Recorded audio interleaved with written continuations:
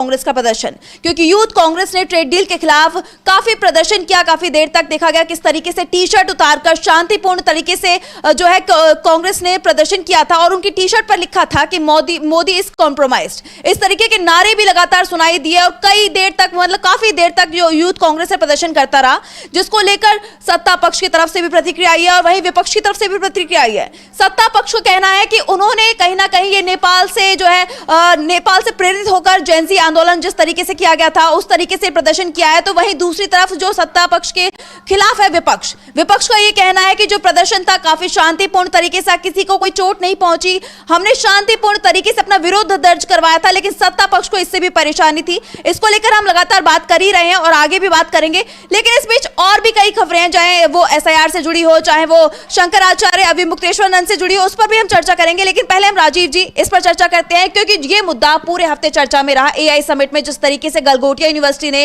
एक रोबोट को प्रदर्शित किया और उसके बाद उनकी सफाई भी आती है उस चीज को लेकर, तब तक जो है किरकिरी हो चुकी थी भारत की और सफाई आना काफी नहीं था। बिल्कुल सही आप कह रही हैं। और सबसे बड़ी चीज है कि यहाँ पे जब गलगोटिया यूनिवर्सिटी का मामला सामने आया और AI वो आप बता रही हैं रोबोट डॉग को लेकर जितनी किरकिरी हुई भारत की, लेकिन यहाँ जब यूथ कांग्रेस ने प्रोटेस्ट किया और वो भी बहुत शांतिपूर्ण ढंग से टॉपलेस होकर उन्होंने, और उस टी शर्ट पर लिखा था कि मोदी इज कॉम्प्रोमाइज्ड, लेकिन ये मोदी इज कॉम्प्रोमाइज्ड जो है ये शब्द पसंद नहीं आया शायद इन लोगों को, ये सेंटेंस पसंद नहीं आया सत्ता पक्ष को। और उसके बाद आपने देखा कि पूरे देश भर में प्रदर्शन हुआ यूथ कांग्रेस के खिलाफ, कांग्रेस पार्टी के खिलाफ, और खासकर बीजेपी के कई नेता बाहर निकल के आए, उनके प्रवक्ता बाहर निकल के आए। उन लोगों ने बयान ये दिया कि इसके पीछे गहरी साजिश है और इस साजिश के कर्ता धर्ता राहुल गांधी हैं, यानी राहुल गांधी ने ही ये साजिश रची है। उनके घर पर प्रोटेस्ट किया गया उसी शाम को, आपने ये भी देखा। तो बहुत कुछ, लेकिन सबसे बड़ी चीज है कि आखिर क्यों ये प्रोटेस्ट, मोदी इज कॉम्प्रोमाइज्ड क्यों? इसलिए क्योंकि ट्रेड डील का मामला था, अमेरिका का मामला, उस पर भी चलेंगे, उस पर भी बात करेंगे, क्योंकि अब वहां भी परेशानी ये हो रही है कि वो 15% कर दिए ट्रंप साहब, पहले कल 10% किया, 10 से अब 15% पे आ गए। तो बहुत कुछ है और इन चीज़ों को अगर तार जोड़ने की, डॉट्स जोड़ने की कोशिश कीजिए तो आपको एक दूसरी लाइन, एक दूसरी तस्वीर बन के आती है। और उस तस्वीर में साफ दिखाई देता है कि नरेंद्र मोदी सचमुच कहीं ना कहीं कॉम्प्रोमाइज्ड है, उनके ऊपर कोई प्रेशर है और उस प्रेशर के कारण वो लगातार नरेंद्र मोदी डोनाल्ड ट्रंप के सामने झुक रहे हैं। और इसी बात को यहां पर कहने, और यूथ कांग्रेस के नेता अगर जाते हैं तो इसको जेनजी आंदोलन से, अभी आप बता रहे थे नेपाल के आंदोलन से क्यों जोड़ा जाता है। नेपाल में सत्ता परिवर्तन हुआ, सत्ता परिवर्तन बांग्लादेश में हुआ, हमने देखा अभी अभी चुनाव खत्म हुआ, तो ये सब हुआ। लेकिन यहां की सरकार क्यों डर रही है? यहां की सरकार इसलिए डर रही है क्योंकि उनको लगता है कि कहीं यहां के यूथ, यहां के युवा न बाहर निकल के आ जाएं और उसके कारण कहीं वो परेशानी, यानी सत्ता पक्ष जो है परेशानी में न घिर जाए। तो ऐसे में जो यूथ कांग्रेस का जो प्रोटेस्ट है वो बहुत महत्वपूर्ण है। इसलिए महत्वपूर्ण हो जाता है क्योंकि यहां से कांग्रेस की एक अलग तस्वीर दिखाई देती है। कांग्रेस को आज की तारीख में आप देख लीजिए अगर पूरे देश में, तो दो तरह की तस्वीरें सामने आती हैं। एक तस्वीर जिसमें कांग्रेस के फॉलोअर्स हैं और एक तस्वीर जहां पर बीजेपी के फॉलोअर्स हैं। बीजेपी के फॉलोअर्स की संख्या ज्यादा, इसलिए बीजेपी की सरकार बनी हुई है, लेकिन कांग्रेस चाहती है उसमें से कुछ फॉलोअर्स टूट के इधर आए और ऐसे आंदोलनों की जरूरत है। अगर ऐसे आंदोलन होंगे तभी तो वो होगा, तभी तो यूथ आएंगे, युवा आएंगे इधर। युवाओं का आंदोलन इस देश में हमेशा उसकी तब जरूरत हुई है जब किसी एक गहरी साजिश का शिकार अगर देश हुआ है और उस देश को उस साजिश से बाहर निकालने की कोशिश हुई है। और दूसरा ये भी कि जब सत्ता पक्ष, जो सत्ता, साजिश तो अलग चीज है, लेकिन साथ साथ जो सत्ता पक्ष है उस सत्ता पक्ष के खिलाफ भी अगर माहौल क्रिएट करना है, उसके खिलाफ माहौल क्रिएट करना है, तो युवाओं को अपने पाले में लेना होगा। और युवाओं को पाले में लेने के लिए जब तक युवा बाहर निकल के नहीं आएंगे तब तक नहीं होगा। और ऐसे में यहां पर ये जो यूथ कांग्रेस का प्रदर्शन है, ये प्रदर्शन नरेंद्र मोदी की सरकार को गले में अटका हुआ नजर आता है, क्योंकि ये प्रदर्शन इस ढंग का है। देखिए 11-12 युवा थे, ज्यादा नहीं थे, वो गए प्रदर्शन किए, चुपचाप चल के आ जाते और कोई दिखाता भी नहीं। लेकिन अब सब तरफ चर्चा यही है कि यहां पर देश के खिलाफ साजिश रची गई। भाई देश के खिलाफ क्या साजिश रची गई? इन लोगों ने देश की किरकिरी क्या कराई? यही कि वहां पर विरोध प्रदर्शन हुआ। विरोध प्रदर्शन अगर हुआ है तो कहां नहीं होता है। जिनेवा में हुआ विरोध प्रदर्शन WTO की बैठक में, उसके दौरान G20 की बैठक के दौरान विरोध प्रदर्शन हुआ। विरोध प्रदर्शन और भी दुनिया भर में अलग अलग जगहों पे हम लोग देखते आए हैं, होता रहता है। महिलाएं भी टॉपलेस होकर चली जाती हैं, तो ये सब कुछ होता रहता है। जापान में मैं गया हुआ था, उस समय जापान में वहां विरोध प्रदर्शन चल रहा था प्रधानमंत्री के कार्यालय के सामने। तो ये सब चलता है, लेकिन ये सब एक आपका अपना मौलिक अधिकार है। विरोध करना मौलिक अधिकार है, संवैधानिक अधिकार है, उस अधिकार को आप छीन नहीं सकते। लेकिन यह कहा जा रहा है कि विरोध प्रदर्शन जो है इस ढंग का नहीं करना है। इनके खिलाफ जो 4 युवा हैं, युवक कांग्रेस के नेता, उनके खिलाफ FIR दर्ज करा दी गई। वो अब जेल में हैं, 5 दिन के रिमांड पे हैं। उनका नाम भी अगर कहें तो उस पे हम लोग देख सकते हैं। ये देखिए, ये नाम जी बिल्कुल, स्क्रीन पे साफ साफ देखा जा सकता है कि युवा बिहार से युवा कांग्रेस के राष्ट्रीय सचिव कृष्णा हरि का भी नाम इसमें है, और वहीं दूसरे हैं बिहार से युवा कांग्रेस के प्रदेश सचिव कुंदन यादव, तीसरे हैं उत्तर प्रदेश से युवा कांग्रेस के प्रदेश अध्यक्ष अजय कुमार, और चौथे हैं तेलंगाना से नरसिम्हा यादव। तो ये 4 लोग हैं जिनके खिलाफ जो है रिमांड को, इन 4 लोगों को रिमांड पर 5 दिन की रिमांड पे 5 दिन की रिमांड पर इन लोगों को भेजा गया है। और ये बहुत बड़ा कदम है। कहीं ना कहीं ये जो लोग थे वो शांतिपूर्ण तरीके से अपना विरोध जता रहे थे, और ये उनका हक था, ये उनका अधिकार था, क्योंकि वो शांतिपूर्ण तरीके से प्रदर्शन कर सकते हैं। लेकिन वहीं अगर देखा जाए तो इनके खिलाफ एक्शन ले लिया गया सिर्फ इसलिए क्योंकि वो अपना विरोध जता रहे थे। ये बहुत बड़ा मामला है जिसको लेकर लगातार सवाल खड़े हो रहे हैं, चाहे वो कांग्रेस नेता हो, चाहे वो सपा के नेता हो। लगातार उनकी प्रतिक्रियाएं भी सामने आ रही है, वो लगातार इसका विरोध कर रहे हैं, कह रहे हैं कि हमारा अधिकार है अपना विरोध दर्ज कराने का, तो हमें क्यों रोका जा रहा है। बिल्कुल बिल्कुल सही कह रहे हैं आप कि ये उनका अधिकार है, उनको क्यों रोका जा रहा है? क्योंकि उनको अगर रोका जा रहा है, ये युवाओं की बात है, लेकिन रोका तो और लोगों को भी जा रहा है। अभी मुक्तेश्वरानंद को भी रोका जा रहा है, वो भी विरोध प्रदर्शन के लिए ही जा रहे थे, और उनको भी हम देख रहे हैं, उनके खिलाफ FIR दर्ज कर ली गई। बहुत बड़ा मामला है, क्योंकि हमें देखा था कि किस तरीके से माघ मेले में वो स्नान के लिए जाते हैं, लेकिन उनको रोक दिया जाता है, और उसके बाद जो है सरकार के बीच और उनके बीच लगातार टकराव की खबरें चली आ रही थी। लगातार वो प्रदर्शन कर रहे थे, लेकिन उसके बाद उन्होंने वहां पे ठीक है छोड़ दिया, वापस आ गए, वो बिना स्नान के लौट आए थे। लेकिन उसके बाद उनका कहना यही था कि हम वो चाहते हैं कि वो जाएं स्नान के लिए, उनसे माफी मांगी जाए, इस तरीके के बयान आए थे। लेकिन अब जब ये मामला शांत हो गया था, वो लखनऊ कूच करने के लिए जाने वाले थे। ये खबर जैसे ही सामने आती है, उनके खिलाफ जो है FIR दर्ज कराई जाती है।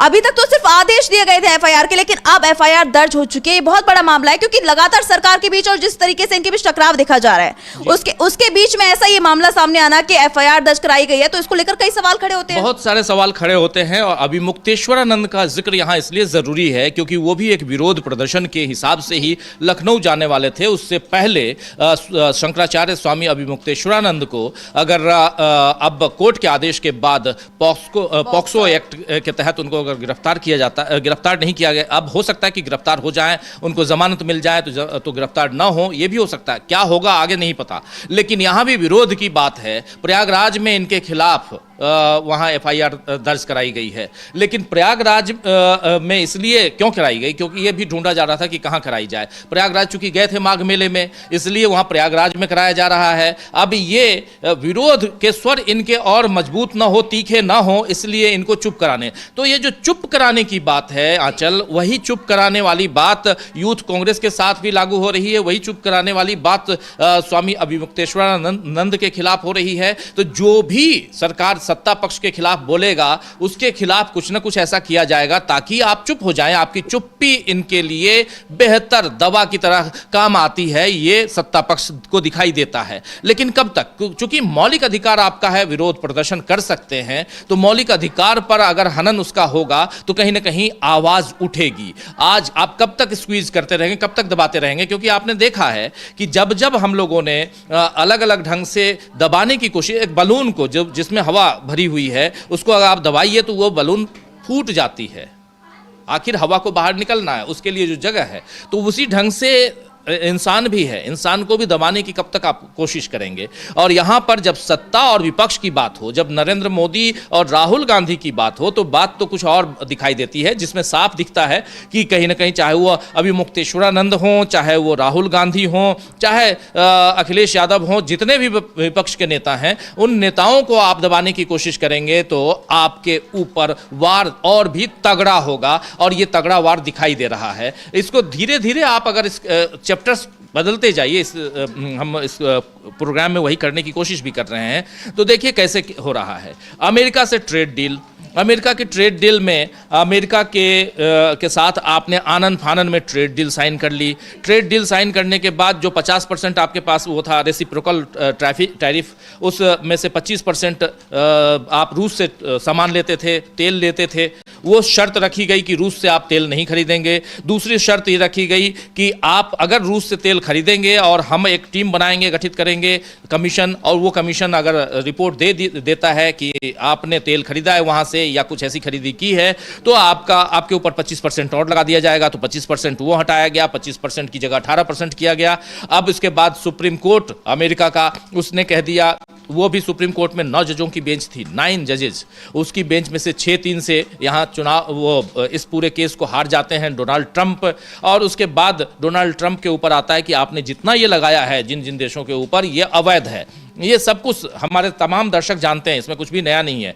लेकिन नया ये है कि डोनाल्ड ट्रंप ने 10% की जगह 10% लगाया परसों रात को, कल रात को 15% लगा दिया। अब ये 15% लगाने का मतलब है कि अपने यहाँ 15% ही नहीं रहेगा, 15 + 3.4% यानी 18.4% गए थे। अब 18% की बात हो रही थी, अब 18.4% हो गया, मतलब 0.4% ज़्यादा हो गया। और इस पे कांग्रेस नेता पवन खेड़ा ने बहुत शानदार ट्वीट किया है, उस ट्वीट को भी देख सकते हैं हम।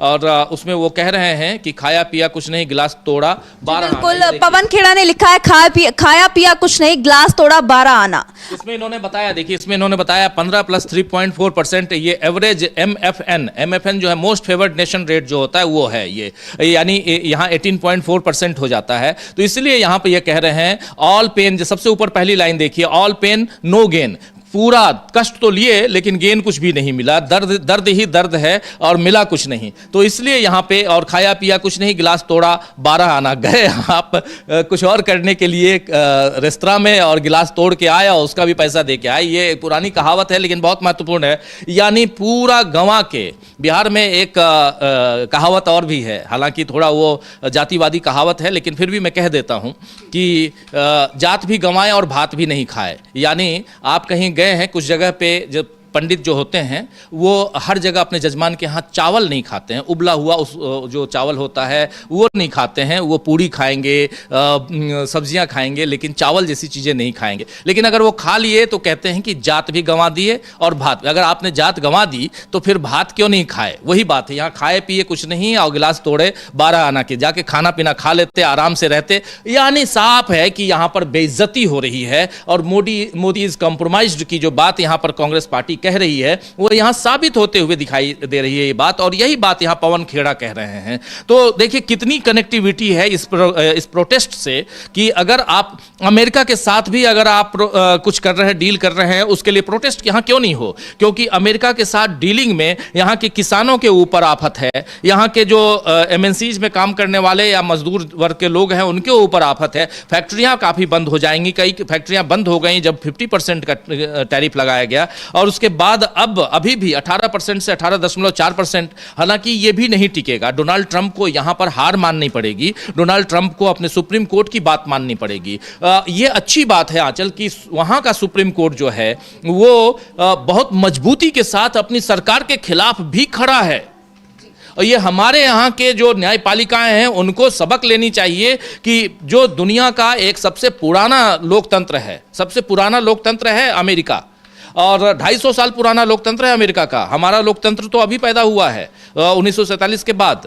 तो हमारे लोकतंत्र उसके लोकतंत्र में फ़र्क ये है कि वहाँ की न्यायपालिकाएं ये नहीं देख रही हैं कि वहाँ पर सरकार किसकी है, हम किसके द्वारा अपॉइंटेड हैं। वहाँ की न्यायपालिकाएं कानून के चैप्टर्स को खोल के देख रही हैं कि ये सही है या गलत है।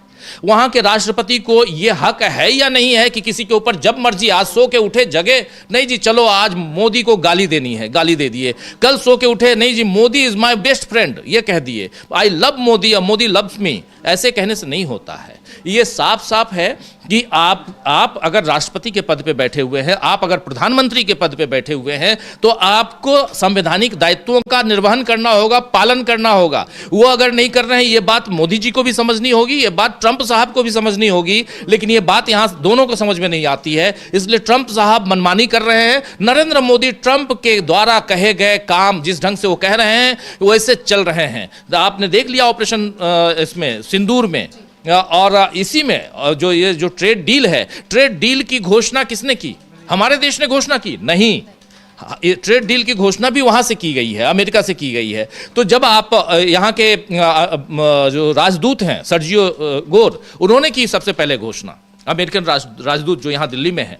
तो इसलिए यहाँ ये सब समझना पड़ेगा कि आखिर हमारा देश कहाँ है। हम किसी के हाथ की कठपुतली कभी नहीं थे, आज क्यों कठपुतली हो रहे हैं, क्यों बन गए हैं? और इसमें ये प्रोटेस्ट बहुत इंपॉर्टेंट है, जिसको समझना जरूरी है। फिर दोबारा मैं आऊँगा वहीं यूथ कांग्रेस के प्रोटेस्ट पे, इसलिए क्योंकि यूथ कांग्रेस का प्रोटेस्ट जो है उसको लेकर बीजेपी आखिर क्यों इतना परेशान है, इसलिए इसके अलग अलग डॉट्स को मिलाने की जरूरत है। और अगर ये प्रोटेस्ट आज होता है, देखिए यूथ कांग्रेस के जो वकील हैं उन्होंने कल एक बहुत अच्छी बात कही वहां पर कोर्ट में, जब रिमांड मांग रही थी पुलिस इन लोगों की, तो उसका विरोध करते हुए यहाँ इनके वकील ने कहा साफ साफ कि मिलॉर्ड, अगर आप इन लोगों को रिमांड पे दे देते हैं, इनको जेल भेज देते हैं, अभी पहले रिमांड फिर जेल, अगर ऐसा करते हैं तो विरोध प्रदर्शन करने वाले लोगों के साथ आप एक यहाँ पर नई परिपाटी का चलन आप कर देंगे, जिसमें यह होगा कि चाहे अगर कोई सांसद संसद के अंदर भी विरोध प्रदर्शन करे तो उसको आप जेल में डाल देंगे, उसको आप गिरफ्तार कर लेंगे।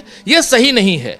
इसलिए आपको हम इस प्रोटेस्ट का यहाँ पर समर्थन करते हैं और इन लोगों को आप छोड़ दीजिए। उन्होंने कहा, इनके वकीलों ने नहीं छोड़ा अलग चीज़ है, और इनको भेज दिया। अभी देश में जो चल रहा है आप जानते। वही फिर मैं जुडिशरी पे आता हूँ, फिर हमारी जुडिशरी को वहाँ की जुडिशरी से देखना चाहिए। मैं फिर बोलूँगा कि हमारे यहाँ कोई 5 साल से जेल में बंद है और उसको अगली फिर से एप्लीकेशन के लिए, जमानत की एप्लीकेशन के लिए उसको 1 साल का इंतजार करना है।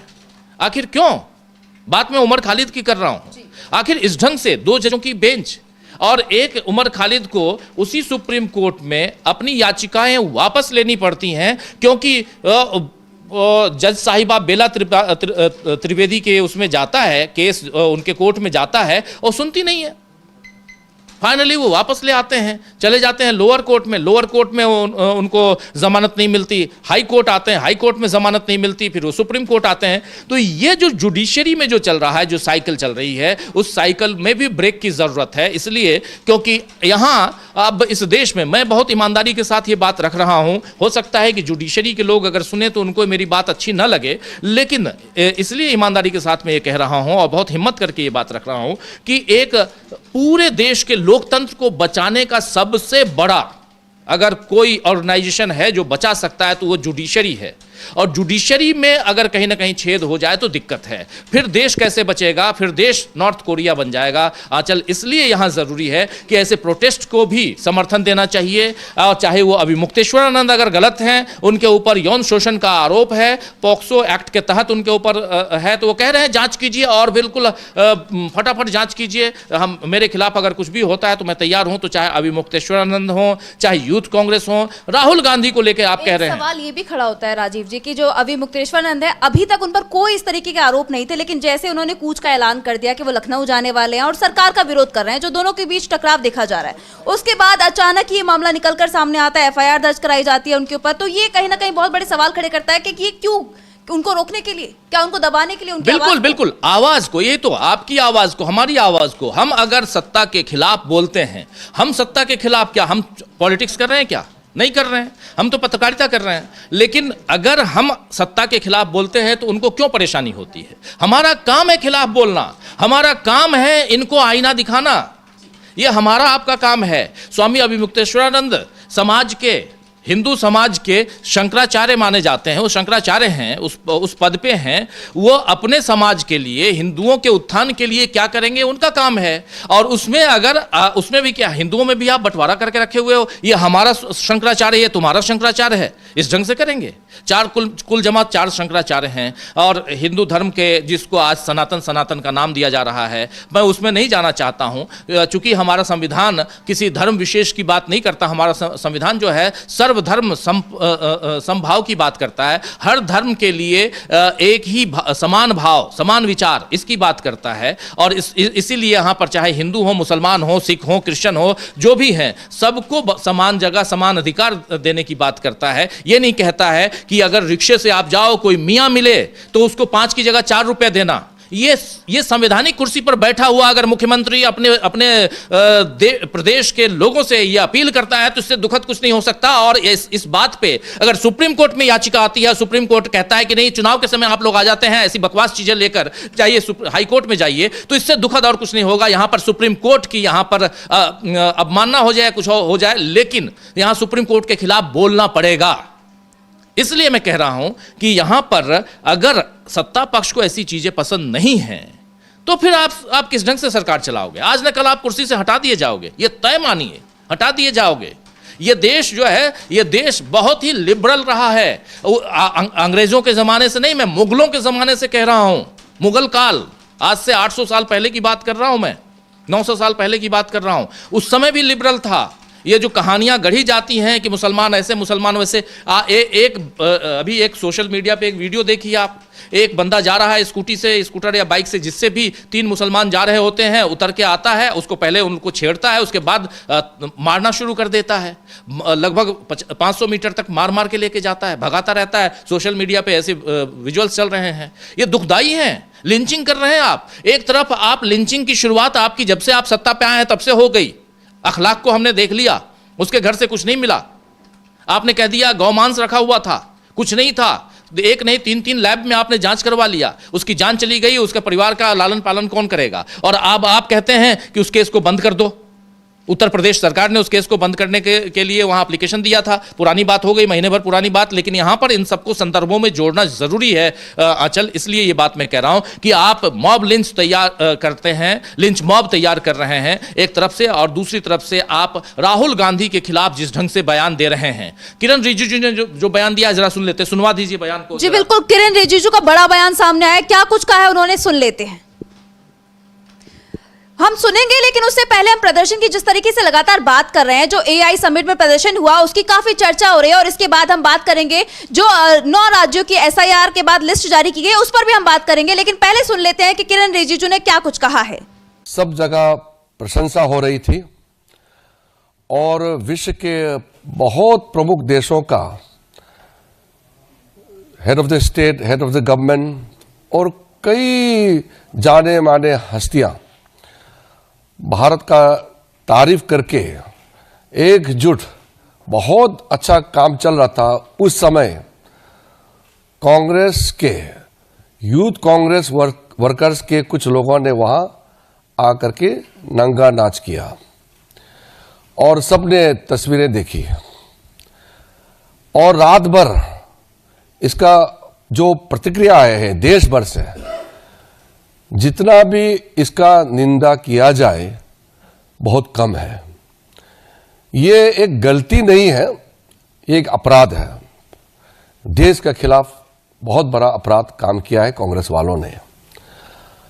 हमने सुबह उठकर के ये सोचा कि अगर कांग्रेस पार्टी में देश के प्रति थोड़ा भी उनका सोच विचार, सोचा कि हम आत्ममंथन करके माफी मांगेंगे।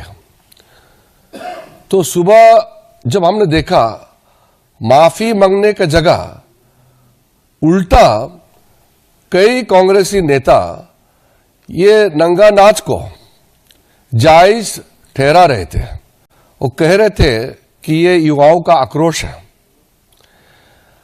अगर युवाओं का आक्रोश को देश को बदनाम करने के लिए, दुनिया के सामने में भारत को बदनाम करने के लिए अगर इस्तेमाल करते हैं तो इससे ज्यादा शर्मनाक कुछ और हो नहीं सकता है। जब देश हित में कोई भी काम होता है उसमें सरकार किसी का भी हो, इसमें राजनीति नहीं होती है। और जब देश का प्रतिनिधि करता है उसमें राजनीति बिल्कुल नहीं होती है। यूनाइटेड नेशन में या किसी भी देश में जब कोई भी किसी भी दल के हो, किसी भी वर्ग के, जब भारत के ऑफिशियल रिप्रेजेंटेटिव होता है तो देश को ले जाते हैं और देश के लिए बोलते हैं। उसमें कोई आपस में तू मैं करने का कोई जगह नहीं होते। लेकिन कुछ समय से हम देख रहे हैं कि कांग्रेस का हताशा, क्योंकि वो चुनाव नहीं जीत पाते हैं, लोगों को भरोसा प्राप्त नहीं कर पा रहे हैं, अब ये देश का खिलाफ बन गए हैं। हम तो कहते हैं कि कांग्रेस वाले अगर भारतीय जनता पार्टी को अटैक करते हैं, भारतीय जनता पार्टी को क्रिटिसाइज करते हैं, तो ये लोकतंत्र में ठीक बात है, कोई बात नहीं, ये तो चलता है, हम मान सकते हैं। थोड़ा भाषा का मर्यादा रखें, और सरकार के नीति के खिलाफ भी अगर कुछ बोलते हैं तो वो बोलने का आजादी है। संसद में हो या संसद के बाहर, सरकार के खिलाफ प्रदर्शन करना है, कर सकते हैं। ये तो लोकतंत्र में सबके लिए ये आजादी प्राप्त है, संविधान में प्रावधान है, आप कर सकते हैं। लेकिन आप देश के खिलाफ कैसे प्रदर्शन कर सकते हैं? और ये पहली बार इस स्तर में global AI summit, Modi ji का सोच विचार आप दुनिया के सामने में आया है कि मोदी जी सिर्फ भारत के लिए नहीं, विश्व कल्याण के लिए सोचते हैं, ये मानने लगा है। कई विश्व के नेता ने जो तारीफ किया है भारत देश का, सॉरी पानी लेते हो,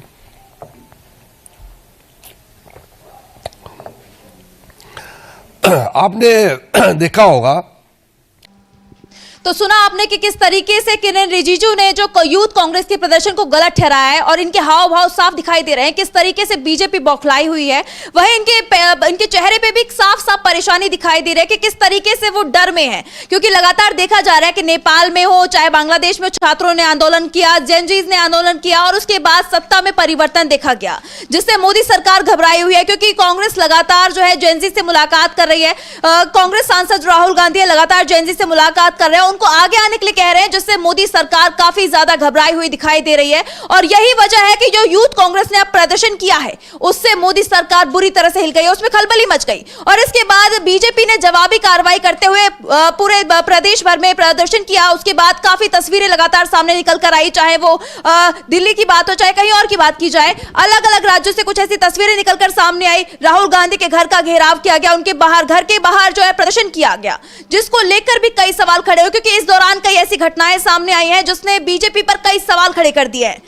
बिल्कुल बिल्कुल आप सही कह रही हैं कि बीजेपी पर कई सारे सवाल खड़े हैं, और किरेन रिजिजू के हाव भाव को आपने देख लिया, अभी आप कह भी रही थी, हाव भाव से साफ नजर आ रहा है कि कितनी घबराई हुई है। और सरकार, सत्ता पक्ष, और चूंकि ये संसदीय कार्य मंत्री हैं किरेन रिजिजू, केंद्रीय मंत्री हैं, इनके ऊपर जिम्मेदारी संसद सुचारू रूप से चलवाने की भी है, क्योंकि वहाँ तो ठीक है लोकसभा में वहाँ ओम बिरला साहब हैं, लेकिन दूसरी तरफ इनकी जिम्मेदारी भी है कि सुचारू रूप से चले संसद। लेकिन संसद से लेकर बाहर तक इन लोगों को उम्मीद नहीं थी कि संसद के अंदर राहुल गांधी जो कर देंगे।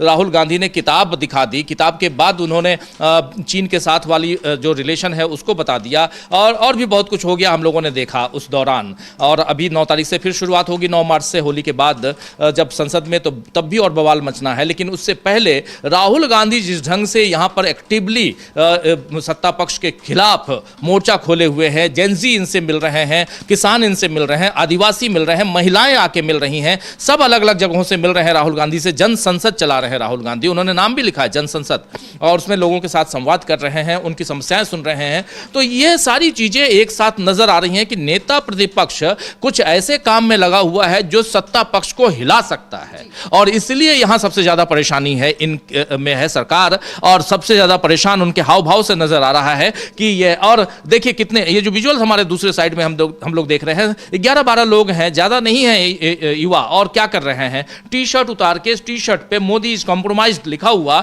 इस टी शर्ट में फोटो है मोदी और इनकी डोनाल्ड ट्रंप की, इस तस्वीर के साथ ही आगे बढ़ रहे हैं। यही किया इन्होंने। यहां पर क्या ऐसा कर दिया कि इन लोगों ने देश की छवि का सत्यानाश कर दिया हो, देश की छवि बिगाड़ दी हो? अगर ऐसा लगता है तो इनके ऊपर देश विरोधी गतिविधियों का केस कर दो ना, यूएपीए में ले जाओ इनको जेल, साबित कर दो कि ये देश विरोधी गतिविधियों में शामिल हैं, साबित कर दो कि राहुल गांधी देश विरोधी गतिविधियों में शामिल हैं। राहुल गांधी को कह रहे हैं कि ये बहुत ही खतरनाक वर्ड कि राहुल गांधी जो है डेंजरस हो गए हैं इस देश के लिए। अगर राहुल गांधी डेंजरस हैं, खतरनाक हैं, तो राहुल गांधी को जेल में डालो ना। एक सवाल तो ये भी उठता है राजीव जी, अगर ये गलत है, अगर ये प्रदर्शन गलत है, बीजेपी जिस तरीके से सड़कों पर निकल रही है, तो क्या वो गलत नहीं था जो राहुल गांधी को धमकी दी गई, उसके खिलाफ एक्शन क्यों नहीं हुआ? हाँ, ये बहुत बड़ा सवाल है और बहुत वाजिब सवाल है। ओम बिरला का चेला है वो जी, ओम बिरला का समर्थक है। जहां जहां ओम बिरला जाते हैं बिल्कुल उनके पीछे नजर आता है। वो सारी तस्वीरें हम लोगों ने देखी हैं। और वो करनी सेना का भी अपना कार्यकर्ता बताता है और सीधे बोलता है कि घर में घुस के गोली मारेंगे। सीधे बोलता है कि 25 सांसद उनके साथ, एक नहीं मतलब 25 सांसदों को धमकी दी जा रही है, और साफ साफ धमकी, और ये सब जानते हैं, ऐसा नहीं कि किसी से छुपा हुई है, और उसके बाद भी सरकार इस पर कोई एक्शन नहीं ले रही। वही तो, उसको गिरफ्तार किया गया, गिरफ्तार करने के बाद छोड़ दिया गया। लेकिन आप, वही तो दिक्कत है कि सत्ता पक्ष का अगर कोई हो, यहां आप मॉब लिंचिंग कर दें, यहां पर आप मुस्लिम समुदाय के ऊपर तमाम तरह के हमले करें, सब कुछ करें, तो सब जायज है, क्योंकि सत्ता पक्ष है। चाहे मध्य प्रदेश की बात, जिन जिन राज्यों में इनकी सरकार है, वहां देखिए किस ढंग से आफत वाली हालत बनी हुई है। लेकिन वहां आपके लिए कुछ नहीं। लेकिन जब आप यहां विरोध प्रदर्शन अगर होता है, तो सीधे राहुल गांधी इसके करता धरता है, राहुल गांधी ही सब कुछ कर रहे हैं। तो मैं तो वही बार बार कह रहा हूं कि राहुल गांधी को गोली मारने की बात जो कह रहा है उसको आप छोड़ रहे हैं, लेकिन राहुल गांधी कुछ नजर नहीं आ रहे। राहुल गांधी आपको आईना दिखाने का काम कर रहे हैं कि आपने अमेरिका के साथ जो ट्रेड डील किया है, आप वेट क्यों नहीं कर लेते? उस समय आपको वेट करना चाहिए था ना। आपको माला पहनने में ज्यादा अच्छा लग रहा था कि आप संसद परिसर में जाकर एनडीए के सांसदों से माला और स्वागत करवा रहे थे कि हाँ 18% करवा दिया, 18% करवा दिया। तो ये सब है। और इन सब के बीच कांग्रेस के अलग अलग नेता भी इस पर पलटवार कर रहे हैं, बातें कर रहे हैं। कांग्रेस नेता सुप्रिया ने जो है, उनका भी बयान आया है ट्रेड डील को लेकर, क्या कुछ कहा है उन्होंने, सुन लेते हैं। अमेरिका के सुप्रीम कोर्ट ने डोनाल्ड ट्रंप के रेसिप्रोकल टैरिफ पर रोक लगा दी। इसके बाद डोनाल्ड ट्रंप ने ग्लोबल वैश्विक टैरिफ 10% का लगाया। मतलब अमेरिका में आने वाले हर सामान पर 10% टैरिफ लगेगा। इसका सीधा और सिंपल मतलब है कि हिंदुस्तान पर 10% टैरिफ लगेगा, वो 18% नहीं लगेगा जो ट्रेड डील में तय हुआ था। आपको याद होगा फरवरी की शुरुआत में इंडिया अमेरिका ने एक ट्रेड डील तय करी थी जिस पर भारत पर 18% टैरिफ लग रहा था, 3% से बढ़कर, और हमने अमेरिका पर 0% टैरिफ लगाने का वादा किया था। हमने अमेरिका से वादा किया था $500 बिलियन की तमाम चीजें खरीदने की, जिसमें कि कृषि की चीजें भी शामिल है। हमने अमेरिका से वादा किया था कि हम रूस से सस्ता तेल ना खरीदकर अमेरिकन और वेनेजुएलन तेल खरीदेंगे। आपको याद होगा ये सब हमने फरवरी की शुरुआत में किया था, और सुप्रीम कोर्ट का जो फैसला अमेरिका में आया है उसके बाद हिंदुस्तान को सिर्फ 10% टैरिफ देना होगा। तो इससे बहुत सारे सवाल खड़े होते हैं। पहला सवाल, ऐसी क्या जल्दी थी कि नरेंद्र मोदी जी ने बिना सुप्रीम कोर्ट के ऑर्डर का वेट किए जल्दबाजी में यह डील साइन करी? महीनों से यह डील पड़ी हुई थी। 30 मिनट की कॉल पर इतना आत्मसमर्पण करके इसको साइन करने की क्या जरूरत थी? हमने अमेरिका की चीजों पर 0% टैरिफ लगाना क्यों माना? हमने क्यों यह वादा किया कि हम $500 बिलियन का सामान अमेरिका से खरीदेंगे, जिससे कि हमारा ट्रेड सरप्लस, हमारा ट्रेड डेफिसिट बढ़ जाएगा, हमारे उद्योग तबाह हो जाएंगे? हमने क्यों यह माना कि हम रूस से सस्ता तेल ना खरीद के अमेरिका से खरीदेंगे, अपनी एनर्जी सिक्योरिटी को कॉम्प्रोमाइज किया? हमने क्यों अपना पूरा का पूरा डेटा थाली में लगाकर अमेरिका को सौंपने का वादा किया? इन सब सवालों का, और हम एक बात और सवाल है कि हम 3% से जो टैरिफ 18% पे बढ़ा था, 6 गुना, उसकी खुशी मना रहे थे। क्या मूर्खता कर रहे थे हम? इन सब सवालों का एक ही जवाब है, और वो जवाब है इस देश का कॉम्प्रोमाइज्ड प्रधानमंत्री। जब नरेंद्र मोदी और उनके मंत्रियों का नाम एप्स्टीन की फाइल में आने लगा तो वो घबरा गए और सीधे डोनाल्ड ट्रंप के सामने नतमस्तक हो गए। मोदी को यह भी डर था कि उनके मित्र गौतम अडानी के ऊपर अमेरिका में कानूनी शिकंजा वो कसता जा रहा था। इससे मोदी भयभीत थे, और इसलिए उन्होंने अमेरिका के सामने भारत के किसानों के, भारत के भविष्य की, भारत की एनर्जी की, भारत के डेटा, आर्टिफिशियल इंटेलिजेंस, सबकी बलि चढ़ाकर एक ऐसी ट्रेड डील करी जो भारत के लिए हानिकारक है। वरना कोई भी यह बात पूछेगा कि आप सुप्रीम कोर्ट ऑर्डर के लिए क्यों नहीं रुके? आपने इतना कुछ गवा दिया ट्रेड डील में अमेरिका के हवाले से, यह आपने क्यों किया? आपने देश की साख और देश की इज्जत के साथ साथ देश के भविष्य का समझौता क्यों किया? देश को दांव पर क्यों लगाया? तो सुना आपने कि किस तरीके से सुप्रिया श्रीनेत ने पीएम मोदी पर कई सवाल खड़े कर दिए कि आप सुप्रीम कोर्ट के आदेश तक के लिए क्यों नहीं रुके। आपने भारत के भविष्य का ना एक तरीके से अमेरिका के सामने आपने घुटने टेक दिए हैं, उनके सामने रख दिया है, भारत के भविष्य के साथ खिलवाड़ किया, इस तरीके का बयान जो है सुप्रिया श्रीनेत ने दिया है। वहीं और भी कई नेताओं का बयान आया है। जयराम रमेश जो है उन्होंने पीएम मोदी से 3 सवाल किए, साथ ही अमेरिकी राष्ट्रपति डोनाल्ड ट्रंप का एक ट्वीट जो है वो भी दिखाया कि क्या कुछ लिखा था ट्रंप ने उस ट्वीट में, और उसको दिखाते हुए उसके हवाले से पीएम मोदी से सवाल किए हैं। क्या कुछ कहा है जयराम रमेश ने, सुन लेते हैं। ये गले की फांसी बन गई है और हमारे प्रधानमंत्री से 3 सीधे सवाल हैं। देखिए, ये रहा राष्ट्रपति ट्रंप का ट्वीट, इन्होंने पोस्ट किया 2 तारीख यानी फरवरी 2 को 10:30 बजे रात भारतीय समय के अनुसार। और इसमें राष्ट्रपति ट्रंप कहते हैं, out of friendship and respect for prime minister Modi and as per his request effective immediately we agreed to a trade deal. इसका मतलब क्या है कि मैं प्रधानमंत्री का दोस्त हूं, मैं उनको सम्मान देता हूं, पर उनके निवेदन के अनुसार, उनके कहने के अनुसार तत्कालीन इंप्लीमेंटेशन के लिए हम ये ट्रेड समझौता कर रहे हैं। यानी कि 2 तारीख को प्रधानमंत्री मोदी ने राष्ट्रपति ट्रंप को मजबूर किया ये ट्वीट करने के लिए। और क्यों 2 तारीख को क्या है, 2 तारीख का महत्व क्या है?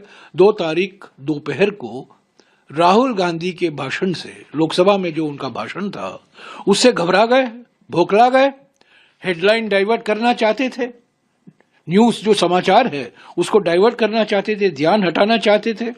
और ट्रंप को कहा इसको फौरन अनाउंस कीजिए। ये तो राष्ट्रपति ट्रंप के ने एट हिज रिक्वेस्ट। आप जानते थे कि यूएस सुप्रीम कोर्ट निर्णय देने वाला है। 2-2.5 महीने से उम्मीदें थी कि आज होगा, कल होगा, परसों होगा, पर आपने जल्दबाजी क्यों की 2 तारीख को? तो हमारा सीधा सवाल प्रधानमंत्री से पहला सवाल ये है, जल्दबाजी 2 तारीख को क्यों की? आपने राष्ट्रपति ट्रंप को क्यों कहा कि इसकी घोषणा करो? पहला सवाल।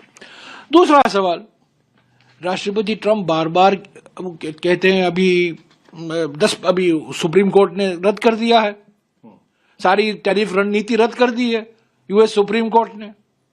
निर्णायक ढंग से 6 न्यायाधीशों ने कहा है कि यह गैर कानूनी है, अमेरिका के कानून के खिलाफ है, संविधान के खिलाफ है।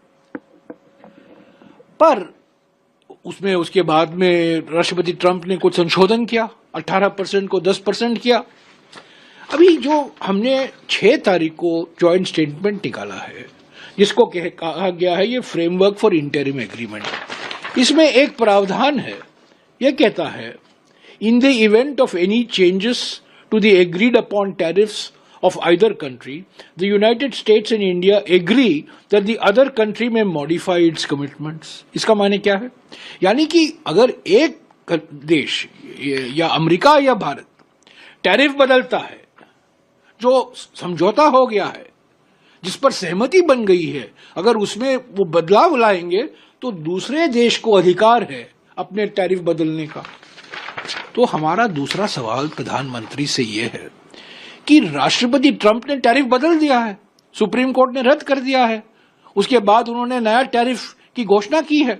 क्या प्रधानमंत्री साहस दिखाएंगे और कहेंगे कि पहला पॉइंट जो है इस फ्रेमवर्क एग्रीमेंट में, जो हमने आयात उदारीकरण किया है कि कृषि पर जो टैरिफ हम आयात कर लगाते हैं और हमने कहा, वादा किया अमेरिका को, उसको घटाएंगे या हटाएंगे? तो सुना आपने कि जयराम रमेश ने ये साफ साफ कहा है कि ये जो ट्रेड डील साइन की गई ये सिर्फ एक हेडलाइन मैनेजमेंट था, और इससे पहले भी कई इस तरीके के हेडलाइन मैनेजमेंट देखी जा चुकी है, क्योंकि बीजेपी इस चीज में एक्सपर्ट हो चुकी है, कहीं ना कहीं वो मुद्दों से ध्यान भटकाने के लिए। बिल्कुल आप सही कह रही हैं, हेडलाइन मैनेजमेंट इससे पहले भी और कई जगह पे देखा गया। लेकिन ये बहुत मजेदार है जो अभी जयराम रमेश कह रहे हैं, इस पर ध्यान देने की जरूरत है। जो हमारे साथी इस प्रोग्राम को सुन रहे हैं वो समझ रहे होंगे कि 2 तारीख को राहुल गांधी, 2 फरवरी को राहुल गांधी भाषण देते हैं और जहां वो नरवणे की किताब दिखाते हैं। लेकिन 2 तारीख की शाम को अचानक आनंद फानन में एक ट्वीट आता है डोनाल्ड ट्रंप की तरफ से, और उस ट्वीट में डोनाल्ड ट्रंप कहते हैं कि पीएम मोदी के प्रति मित्रता और सम्मान के कारण और उनके अनुरोध पर हम व्यापार समझौते को तत्काल लागू करने पर सहमत हुए हैं। देखिए, पीएम मोदी के प्रति मित्रता और सम्मान के कारण उनके अनुरोध पर, यानी मोदी के अनुरोध पर, हम व्यापार समझौते को तत्काल लागू करने पर सहमत हुए हैं। 2 तारीख दोपहर को राहुल गांधी, ये कह रहे थे अभी जयराम रमेश कि दोपहर 2 तारीख को दोपहर राहुल गांधी ने लोकसभा में भाषण दिया। उस भाषण से नरेंद्र मोदी घबरा गए और सुर्खियों पर से ध्यान हटाने के लिए, क्योंकि सुर्खियां ये बनता, लेकिन सुर्खियों से ध्यान हटाने के लिए इन्होंने साफ साफ अनुरोध किया वहां डोनाल्ड ट्रंप को कि इस व्यापार समझौते को तत्काल, जिस व्यापार समझौते के लिए 6 महीने से नेगोशिएशन पे नेगोशिएशन कर रहे हैं आप, मोदी सरकार नेगोशिएशन कर रही है, किसान यहां विरोध कर रहे हैं, लेकिन आप आनंद फानंद में उसको कैसे कर दे रहे हैं। जो अभी आप हेडलाइन मैनेजमेंट की बात कर रही थी, कई ऐसे मौके आए हैं जिसमें ये हेडलाइन मैनेज करने की कोशिश करते हैं। यानी हेडलाइन मैनेजमेंट क्या होता है, अखबारों की सुर्खियां कल क्या बने, मीडिया में टेलीविजन चैनल्स हम लोग यहां पर क्या दिखाएं, क्या बात करें, यही हेडलाइन मैनेजमेंट होता है और इसमें यह सरकार माहिर हो चुकी है। मुझे याद है कि जब इंडिया गठबंधन की मीटिंग चल रही थी, पहली मीटिंग उनकी हुई थी, इंडिया गठबंधन बना था, जो इंडिया नाम नहीं था, लेकिन विपक्ष का एक गठबंधन बनेगा, नाम क्या आएगा वो बाद में तय होगा। पहली बैठक लालू यादव और उसमें नीतीश कुमार भी थे उस समय, चूंकि नीतीश कुमार उस समय इधर थे इस खेमे में और सरकार में वहां पर तेजस्वी यादव थे, नीतीश कुमार डिप्टी सीएम थे और नीतीश कुमार सीएम थे। पहली बैठक इनकी हुई थी, इस विपक्षी गठबंधन की पहली बैठक पटना में हुई, उसके बाद दूसरी बैठक जो है बेंगलुरु में हुई, उसके बाद फिर तीसरी बैठक मुंबई में, और तीसरी बैठक जो मुंबई में हुई उस बैठक में यह तय किया गया कि इसका नाम क्या होगा हमारे गठबंधन का। और उस नाम में यहां पर जैसे नाम आता उससे पहले वहां एक नया यहां पर शिगुफा यह छोड़ा गया, 1 नेशन 1 इलेक्शन।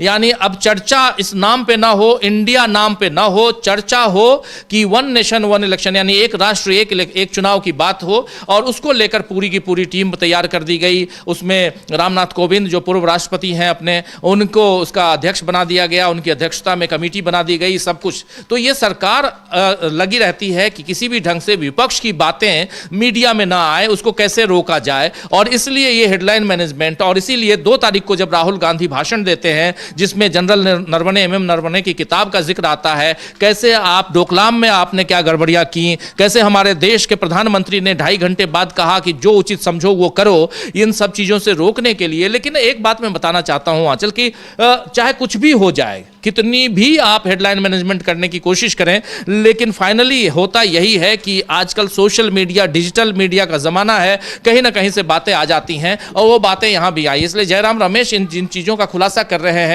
उसमें कुछ भी नया नहीं है, लेकिन इन बातों को बार बार रिपीट करने की जरूरत भी है। कांग्रेस पार्टी को यही काम करने की जरूरत है जो आपने अभी सुप्रिया श्रीनेत को दिखाया, जो अभी आपने जयराम रमेश को दिखाया। ऐसे और भी दूसरे जो नेता, पवन खेड़ा जैसे अपनी बात रखते हैं, जो कह रहे थे खाए पिए कुछ नहीं, गिलास तोड़ा 12 आना, यानी 12 आने के, उस जमाने में आना चलता था, आना पैसा चलता था, तो उस आने की बात जो पुराने जमाने की बात है, अब आना नहीं, अब तो पैसा भी नहीं चलता और ना ही 1 रुपए कोई लेता है, 10 रुपए से नीचे कोई बात, एक भिखारी भी नहीं लेता आपसे 1 रुपए, वो भी कहता है 10 रुपए दे दो बाबा, क्या दे रहे हो। तो इसलिए क्योंकि महंगाई इतनी हो गई है, रुपए का डिवैल्यूएशन हो गया है, आज 90 रुपए से ज्यादा कीमत हो गई है $1 की अपने यहाँ, तो समझ सकती हैं कि क्या है। और अमेरिका इन चीजों में हमको दबाए जा रहा है और नरेंद्र मोदी अमेरिका के सामने दबे जा रहे हैं। तो इसलिए तो यूथ कांग्रेस के नेता पूछ रहे हैं कि नरेंद्र मोदी इज कॉम्प्रोमाइज्ड। राहुल गांधी कह रहे हैं नरेंद्र मोदी इज कॉम्प्रोमाइज्ड। क्यों कह रहे हैं? अगर आप किसी के सामने कॉम्प्रोमाइज्ड हैं, उनके सामने झुके हुए हैं, उनकी बातों को मान रहे हैं, तो इसका मतलब आपने आत्मसमर्पण कर दिया, कॉम्प्रोमाइज, सरेंडर, जिसको सरेंडर कहे, नरेंद्र सरेंडर जो नारा दिया था, उसी नारे को थोड़ा सा सोफिस्टिकेटेड वे में कहा जा रहा है कॉम्प्रोमाइज्ड। तो इसलिए इन चीजों को समझने की जरूरत है। और यहां पर ऐसी चीजें, ये विरोध प्रदर्शन की जो बातें होती रही हैं, ये विरोध प्रदर्शन की बातों को और इन चीजों को, किसानों के आंदोलन को आपने देखा, 13 महीने किसानों का आंदोलन चला, उनके ऊपर लाठियां चलाई गई, उनके ऊपर क्या क्या नहीं कहा गया, उनको मवाली कहा गया, आतंकवादी कहा गया, उनको नक्सली कहा गया, सब कुछ कहा गया। ग्रेटा थनबर्ग बहुत बड़ी, आज की तारीख में एक छोटी थी, उस समय 15-16 साल की थी ग्रेटा थनबर्ग, और या 17-18 साल की होगी। उस लड़की के खिलाफ, उसने भी किसानों के आंदोलन का समर्थन कर दिया था, तो उसके खिलाफ यहाँ FIR दर्ज करवा दिया आपने। तो ये जो पर्यावरण के लिए सोशल एक्टिविस्ट के रूप में काम करती है।